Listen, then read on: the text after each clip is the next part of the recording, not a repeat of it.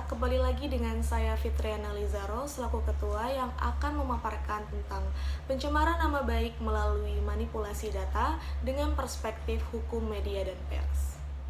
Yaitu termasuk kasus pencemaran nama baik lewat sosial media, bahkan bisa dikatakan hampir setiap hari dengan kasus yang serupa.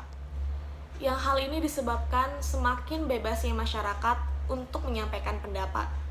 Pada saat ini, kasus yang sering terjadi adalah kasus penghinaan atau kasus pencemaran nama baik lewat media sosial internet. Sebelum adanya media sosial, pengaturan tentang pencemaran nama baik diatur dalam ketentuan-ketentuan pasal-pasal KUHP sebagai berikut. Pasal 310 KUH pidana yang berbunyi, yang pertama, barang siapa sengaja merusak kehormatan atau nama baik seseorang dengan jalan menuduh dia melakukan sesuatu perbuatan dengan maksud yang nyata akan tersiarnya tuduhan itu, dihukum karena menista dengan hukuman penjara 9 bulan dan didenda Rp4.500. Kedua, kalau hal ini dilakukan dengan tulisan atau gambar yang disiarkan, dipertunjukkan pada umum atau ditempelkan, maka yang berbuat itu dihukum karena menista dengan tulisan.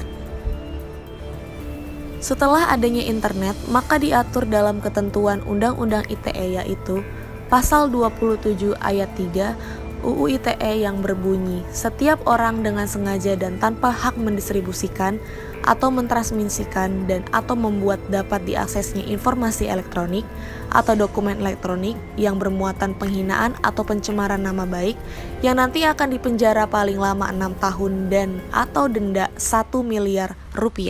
Baik, studi kasus kali ini terjadi kepada artis yang bernama Medina Zain yang dilaporkan oleh selebgram yang bernama Marissa Icha terkait dugaan pencemaran nama baik.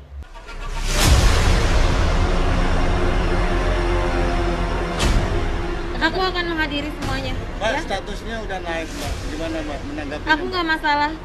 Aku nggak masalah sama itu. Menghargai proses hukum. Siap Ya? Mbak dengan status Siap sekarang? dengan semuanya.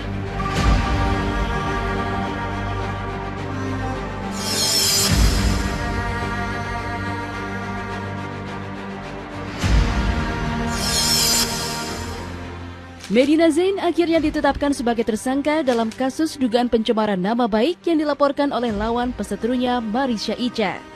Marissa Icha mengaku sakit hati disebut mucikari ani-ani oleh Medina Zain. Marissa Icha yang masih berada di Bali sangat senang mendengar kabar tersebut. Sebagai ekspresi kegembiraannya, ia memposting di Instastory-nya yang diduga meledek Medina Zain.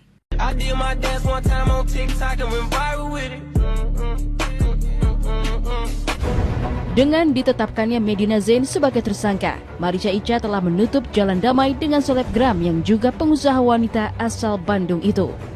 Marissa Icha bertekad membawa kasusnya ke pengadilan. Alhamdulillah, hari ini laporan polisi yang telah kita buat pada tanggal 13 September, tanggal 5 September saya ulangi, laporan polisi nomor 5319 tanggal 5 September SPKT Polda Metro Jaya telah ditingkatkan status terlapor atas nama MS alias MZ dari saksi terlapor menjadi tersangka. Agendanya ke depan penyidik akan melakukan pemanggilan terhadap tersangka yang akan dilakukan pada tanggal 10 Januari 2022. Baik, sebelum saya tutup, saya ingin menyampaikan kepada masyarakat luar sana untuk lebih bijak lagi menggunakan sosial media dan berpendapat. Saya Fitriana Lizaro, sekian dan terima kasih.